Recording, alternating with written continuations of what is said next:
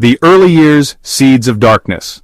Dennis Rader, the man who would become known as the BTK killer, was born on March 9, 1945, in Pittsburgh, Kansas. His early years were spent in a small, tight-knit community where everyone knew each other. Rader grew up in Wichita, a seemingly ordinary child in a working-class family. His parents, William and Dorothea Rader, worked hard to provide for their 4 sons, instilling in them the values of hard work and discipline. However, behind the facade of normalcy, there were disturbing signs. Even as a young boy, Rader exhibited behaviors that were far from typical. He exhibited cruelty towards animals, a chilling foreshadowing of the darkness that would consume him. This behavior, often dismissed as mere childhood mischief, was a clear indication of a deeply troubled mind. This behavior, often dismissed as childhood mischief, was a clear warning sign of a deeply disturbed psyche. His parents, unaware of the gravity of his actions, did not seek professional help, allowing his dark tendencies to fester. After graduating from Heights High School in 1963, Rader drifted through a series of jobs. He seemed unable to find his footing, moving from one job to another without any clear direction or purpose. He worked briefly at an aircraft plant before enlisting in the U.S. Air Force in 1966. His time in the military provided him with structure and discipline, but it did little to quell the darkness within him. This period of his life, though seemingly unremarkable, would later become a point of interest for investigators. They would scrutinize his military records, looking for any signs of the monster he would become. Rader's military service, while not directly linked to his crimes, offered a glimpse into his ability to blend in and project an image of normalcy. He was able to mask his true nature, presenting himself as a dedicated serviceman. In 1971, Rader married Paula Dietz, cementing the image of a regular family man.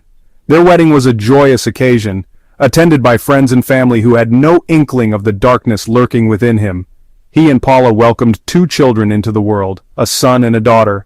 To the outside world, they appeared to be the perfect family, living a quiet suburban life. Rader was active in his church, serving as president of the church council. His involvement in the community further solidified his image as a respectable, upstanding citizen. He was also a Boy Scout leader, a position that put him in contact with young boys, a chilling thought considering his predilections.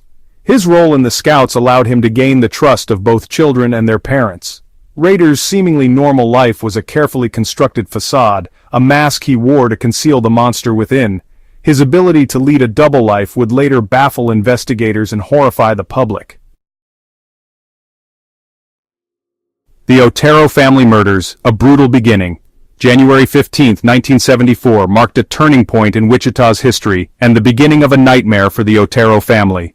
On that fateful day, Dennis Rader entered the Otero home, forever shattering the family's peace. Inside were Joseph Otero, his wife Julie, and 2 of their children, Josephine and Joseph Jr. Rader, driven by his twisted desires, bound, tortured, and ultimately strangled each member of the Otero family. The crime scene was horrific, a testament to Rader's brutality. He left little to chance, carefully covering his tracks. He took souvenirs from the scene, a watch and a radio, chilling reminders of his heinous act.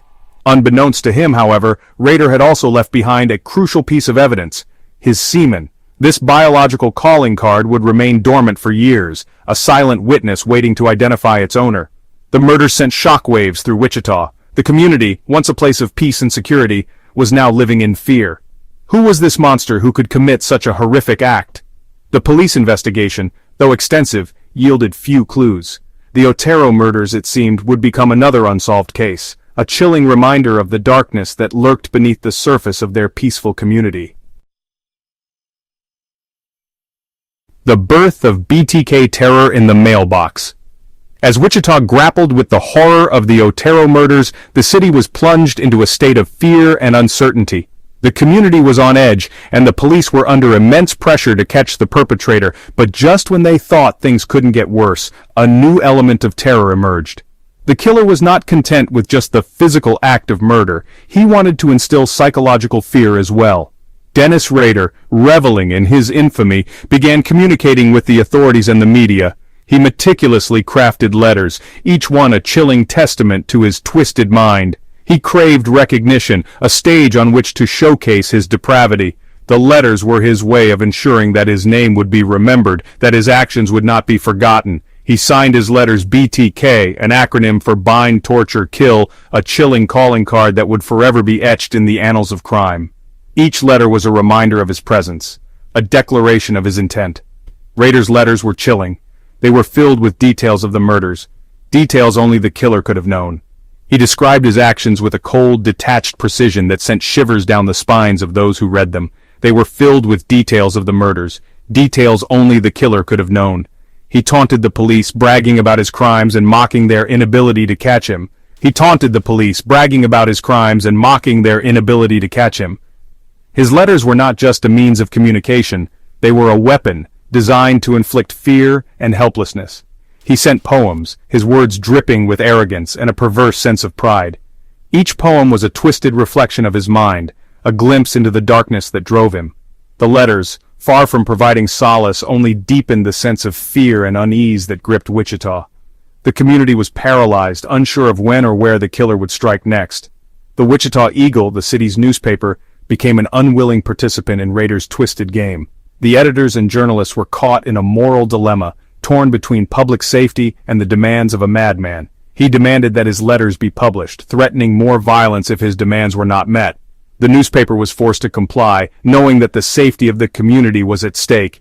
The police, caught between the safety of the public and the demands of a madman, urged the newspaper to comply. They hoped that by publishing the letters, they could buy time to catch the killer.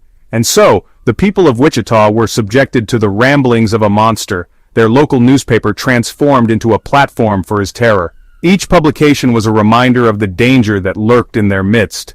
Their local newspaper transformed into a platform for his terror. The community lived in constant fear, knowing that the killer was still out there, watching, waiting, and ready to strike again. A trail of terror, the expanding reign of BTK. Emboldened by his success in evading capture and fueled by his insatiable bloodlust, BTK continued to terrorize Wichita. In April 1974, just months after the Otero murders, BTK claimed his next victim, Catherine Bright. Bright was attacked in her home, bound, tortured, and ultimately killed. Her brother, Kevin, narrowly escaped with his life, providing police with a brief glimpse of the attacker. The murders continued, each more brazen than the last. In 1977, BTK murdered Shirley Vian and Nancy Fox. In 1985, Maureen Hedge became his next victim, followed by Vicky Wagerl in 1986.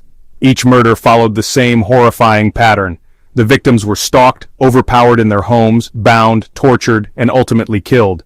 BTK's reign of terror stretched on, leaving a trail of shattered lives and a community living in fear. Despite their best efforts, the police seemed powerless to stop BTK. The investigation, though extensive, yielded few results. The city of Wichita was in the grip of a nightmare, held hostage by a phantom who could strike at any time. The fear was palpable, a dark cloud hanging over the city. The man behind the monster, living a double life. What made Dennis Rader's crimes even more chilling was the double life he led. By day he was an ordinary man, blending seamlessly into the fabric of society, but by night, he transformed into the notorious BTK killer, a predator who stalked his victims with meticulous planning and cold-blooded precision. While terrorizing Wichita as BTK, Rader maintained a facade of normalcy that was nothing short of astounding. His neighbors saw him as just another friendly face in the community, never suspecting the horrors he was capable of. He was a husband and father, his family completely oblivious to the monster hiding in their midst. They saw him as a loving and devoted family man, someone who would never harm a fly. He was active in his church, a respected member of the community. He attended services regularly, participated in church activities, and was even a trusted figure within the congregation. He was a Boy Scout leader, entrusted with the well-being of young boys. Parents felt safe leaving their children in his care, never imagining the darkness that lurked beneath his friendly exterior. Rader's double life was a testament to his ability to compartmentalize, to separate his dark desires from his carefully constructed public persona. He meticulously planned his crimes, ensuring that his two worlds never collided. He was a master manipulator, able to convince those around him that he was a normal, upstanding citizen. His charm and charisma masked the sinister intentions that lay beneath. His co-workers at ADT Security Services, where he worked installing alarm systems, knew him as a reliable and conscientious employee. They trusted him to secure their homes, unaware that he was the very threat they sought protection from. His neighbors knew him as a friendly face, someone who could be counted on to lend a hand.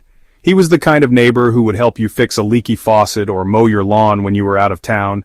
The stark contrast between Rader's public persona and his private demons was mind-boggling. It was as if he lived two entirely separate lives, each unaware of the other. How could someone capable of such horrific acts also be a loving husband, a devoted father, and a respected member of the community? The duality of his existence was a chilling reminder of the darkness that can hide behind the most ordinary of facades. The answer, it seemed, lay in the depths of Rader's psyche, a place where darkness and depravity reigned supreme.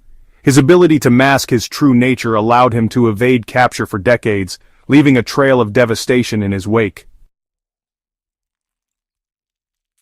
Breaking the silence, BTK returns. After the murder of Dolores Davis in 1991, BTK vanished. The letters stopped, the taunts ceased, and the city of Wichita breathed a collective sigh of relief. The nightmare, it seemed, was finally over. But the relief was short-lived. In 2004, after 13 long years of silence, BTK resurfaced, his return as sudden and unexpected as his disappearance. The city of Wichita was plunged back into the abyss of fear. The monster who had haunted their dreams had returned. BTK's new wave of communication was different this time. He was more brazen, more demanding. He sent letters to the police and the media, taunting them with riddles and clues. He seemed to be challenging them, daring them to catch him. The game was on again. The police, determined to bring BTK to justice, formed a dedicated task force. They pored over old evidence, re-interviewed witnesses, and chased down every lead. The people of Wichita, once again living under the shadow of BTK, could only watch and wait, hoping against hope that this time the nightmare would end. Rader evaded capture for decades, but his eventual arrest in 2005 came about due to a critical mistake he made in 2004. After years of silence, Rader resumed sending communications to the media and police, seemingly craving attention. In one of these communications, he sent a floppy disk to a local TV station. Investigators were able to trace metadata on the disk to a computer at Rader's church, where he was a church council president. This led them to Rader. The disk contained a deleted file that was traced back to Rader's computer. Investigators matched DNA from Rader's daughter, obtained from a PAP smear sample, to DNA found at BTK crime scenes. Once arrested, Rader confessed to the murders in detail, providing information that only the killer would know. Dennis Rader was sentenced to 10 consecutive life sentences, 175 years in total, without the possibility of parole. His capture marked the end of one of the longest and most chilling serial killer investigations in U.S. history. His case is often cited as an example of how advancements in forensic technology, combined with a killer's own hubris, can lead to justice being served.